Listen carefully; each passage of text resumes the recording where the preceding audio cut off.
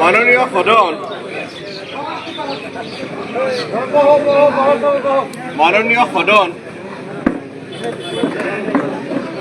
মোৰ ইচ্ছাৰ বিৰুদ্ধে যেহেতু হাউচৰ এইটো মোটামুটি এজনৰ বাহিৰে বাকী সকলোৰে প্ৰস্তাৱ শফিক কামালক মই উইথড্ৰ কৰিব পৰা নাই, কিন্তু শফিক কামালৰ পৰা মই এইটো জানিব খুজিছোঁ যে তেওঁৰ আকৌ হাউচৰ এইটো প্ৰস্তাৱত মত আছে নে এইটো ডিচেণ্ট আছে। যদি ডিচেণ্ট আছে সেইটোও ক'ব লাগে। হাউচে চবেই যিটো দিছে সেইটোৰ প্ৰতি তেওঁৰ সমৰ্থন আছে নে ডিচেণ্ট আছে।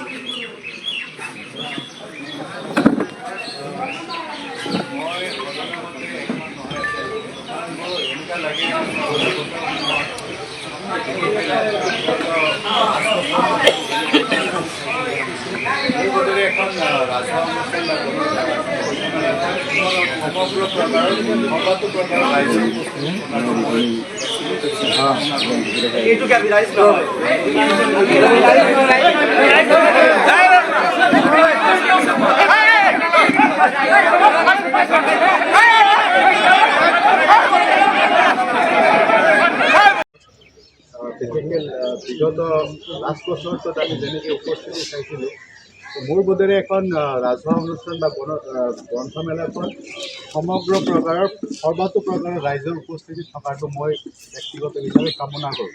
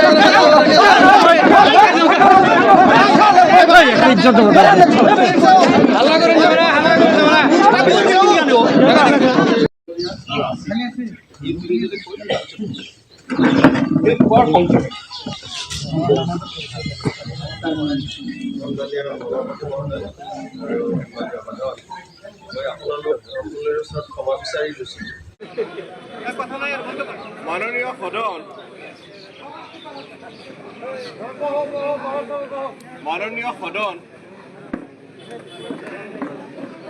মোৰ ইচ্ছাৰ বিৰুদ্ধে যেহেতু হাউচৰ এইটো মোটামুটি এজনৰ বাহিৰে বাকী সকলোৰে প্ৰস্তাৱ শফিক কামালক মই উইথড্ৰ কৰিব পৰা নাই, কিন্তু শফিক কামালৰ পৰা মই এইটো জানিব খুজিছোঁ যে তেওঁৰ আকৌ হাউচৰ এইটো প্ৰস্তাৱত মত আছে নে এইটো ডিচেণ্ট আছে। যদি ডিচেণ্ট আছে সেইটোও ক'ব লাগে। হাউচে চবেই যিটো দিছে সেইটোৰ প্ৰতি তেওঁৰ সমৰ্থন আছে নে ডিচেণ্ট আছে।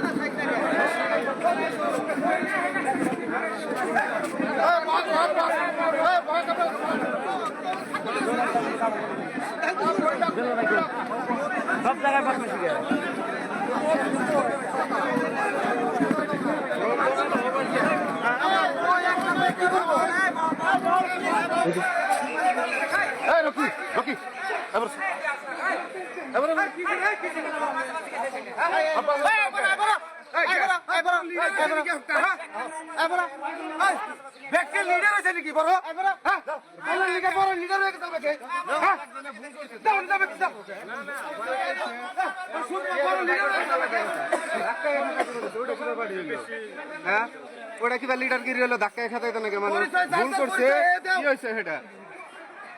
ঘটনাটো মানে যেনেকৈ গ্ৰন্থমেলাখনৰ এখন সাধাৰণ সভা আহ্বান কৰা হৈছিলে সেই সূত্ৰে আমি গৈছোঁ তো যোৱাৰ পাছত মিটিং আৰম্ভ হোৱাৰ পাছত তেওঁলোকে মানে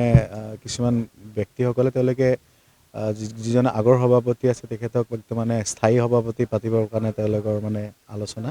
তেখেতে সভাপতি থাকিব লাগে তো তেখেতে যেতিয়া মানে সভা আৰম্ভণিত একচুৱেলি এক্সিকিউটিভ যিটো ৱৰ্কিং প্ৰেচিডেণ্ট আছিলে তেখেতে মানে সভাখন চলাই আছিলে তো তাৰপিছত স্থায়ী সভাপতি মানে আব্দুল খালেক ডাঙৰীয়া তেখেত আহিলে অহাৰ পাছত তেখেতে কৈছিলে যদি সভাপতিলৈ কোনো ধৰণৰ কাৰো ডিমত আছে যদি বেলেগ কোনো সভাপতিৰ প্ৰস্তাৱ আছে তেতিয়াহ'লে দিব পাৰে তো গোটেই সভাখনত মানে চবেই গোটেইখিনি মানুহে মানে তেখেতে সভাটো পাতিছিলে কিন্তু মই যিহেতু সুধিছিলে ক'ৰবাৰ ডিমত আছে নেকি তেতিয়া মই কৈছিলোঁ যে নাই যিহেতু এখন ৰাজহুৱা অনুষ্ঠান গ্ৰন্থমেলা আৰু সাহিত্যপ্ৰেমিক ৰাইজ থাকে বা গ্ৰন্থৰ লগত জড়িত মানুহবিলাক থাকে গতিকে তেখেতে বহুত বছৰৰ পৰাই এই গ্ৰন্থমেলাৰ এটা নেতৃত্ব দি আহিছে মই সেই কথা অস্বীকাৰ নকৰোঁ তেখেতৰ অৱদান বহুতখিনি আছে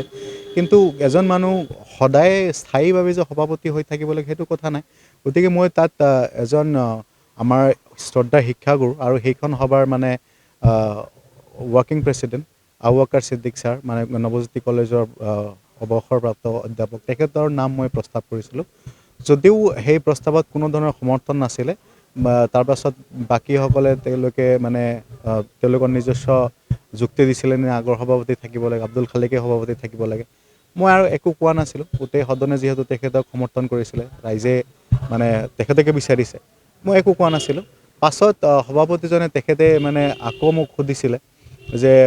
গোটেই সদনে যিহেতু মোকেই সভাপতি হিচাপে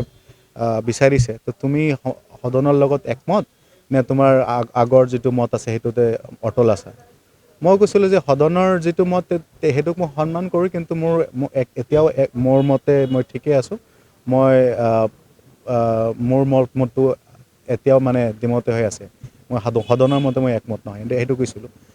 পাছত আৰু কৈছিলোঁ যে যিহেতু এটা কথা ক'ব কৈছিলোঁ যে যেতিয়া ৰাজহুৱা অনুষ্ঠানত যেতিয়া সৰ্বাত্মক প্ৰকাৰৰ ৰাইজৰ উপস্থিতি আমি কামনা কৰোঁ কিন্তু এই কথাখিনি শেষ হোৱাৰ আগতেই তেখেতৰ কিছুমান বাহিনী মোক বেয়াকৈ আক্ৰমণ কৰি মাৰপিট কৰিবলৈ আহে তো সেই পৰিস্থিতিত কিছুমান মানুহে মোক তাৰ পৰা খালি কোনোমতে লাহেকৈ তাৰ পৰা ওলাই দিয়ে এইখিনি ঘটনা পিছলৈ মানে বস্তুটো হ'ল যে মানে তেওঁলোকৰ আব্দুল খালেকৰ কিছুমান ভক্ত সেইসকলে মোক বেয়াকৈ আক্ৰমণ কৰিবলৈ আহিছিলে মোক গতিয়াই দিছে মানে তাৰ পৰা ধাক্কা মাৰি দিছে তো মোৰ বন্ধুও হয় কেইজনমান ব্যক্তি কিন্তু নাজানো কিহৰ কাৰণে তেওঁলোকৰ ৰাজনীতিক কিবা থাকিব পাৰে কিন্তু এনেকুৱা পৰিস্থিতি এটা হ'ব নালাগিছিলে যে যিহেতু ৰাজহুৱা অনুষ্ঠানত চবৰে গণতান্ত্ৰিক অধিকাৰ আছে কথা কোৱাৰ কিন্তু মোৰ যেনেকুৱা বোধ হ'ল যে সেই বস্তুটো কোনো ৰাজহুৱা অনুষ্ঠান বা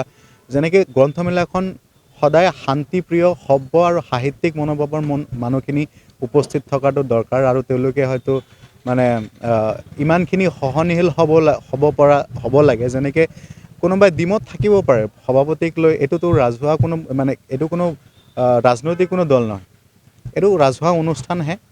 সভা মানে গ্ৰন্থমেলা এখন তাত সভাপতিক লৈ ইমান এটা কাজিয়াটো হ'ব নালাগে যে এক পক্ষ দুই পক্ষক মানে আক্ৰমণ কৰিব এনেকুৱা হ'ব নালাগে ইমানখিনিতো সহনশীল হ'ব লাগে বা অকণমান সভ্য প্ৰকৃতিৰ বা শান্তিপ্ৰিয় মানুহ হ'ব লাগে বিশেষকৈ কিন্তু তাত দেখা গ'ল বেছি সংখ্যক মানুহে এটা গুণ্ডা বাহিনীৰ নিচিনা তেওঁলোকে মানে মোক আক্ৰমণ কৰিলে আৰু গোটেইখিনি মানুহে সেই আব্দুল খালেকৰ ভক্ত মানে তেওঁলোকৰ খাচ মানুহখিনিয়ে মোক এনেকৈ আক্ৰমণ কৰিছে মই চাওক এইটো লৈ আইনী ব্যৱস্থাটো গ্ৰহণ নকৰিম কিন্তু গোটেই বস্তুটোক মই ধিক্কাৰ জনাইছোঁ কাৰণ এনেকুৱা মন মানসিকতা লৈ এনেকুৱা গুণ্ডা মনোবৃত্তি মানুহ লৈ কেনে এখন গ্ৰন্থমেলাৰ নিচিনা এখন পবিত্ৰ অনুষ্ঠান কেতিয়াও সম্ভৱ নহয় গ্ৰন্থমেলাখন এটা খুবেই মানে শান্তিপ্ৰিয় মানুহৰ দ্বাৰা হ'ব লাগে আৰু সভ্য সাহিত্যিক মনোভাৱৰ মানুহ থাকিলে সেই অনুষ্ঠানটোৰ বেছি সাফল্য হয় গতিকে এনেকুৱা মনোবৃত্তিৰ মানুহ যে কথাৰ ডিমত হ'লেই আপোনালোকে গোটেই ফুটেজখন চাব পাৰে মই যদি তাত কোনো ধৰণৰ অসভ্যালি বা কোনো ধৰণৰ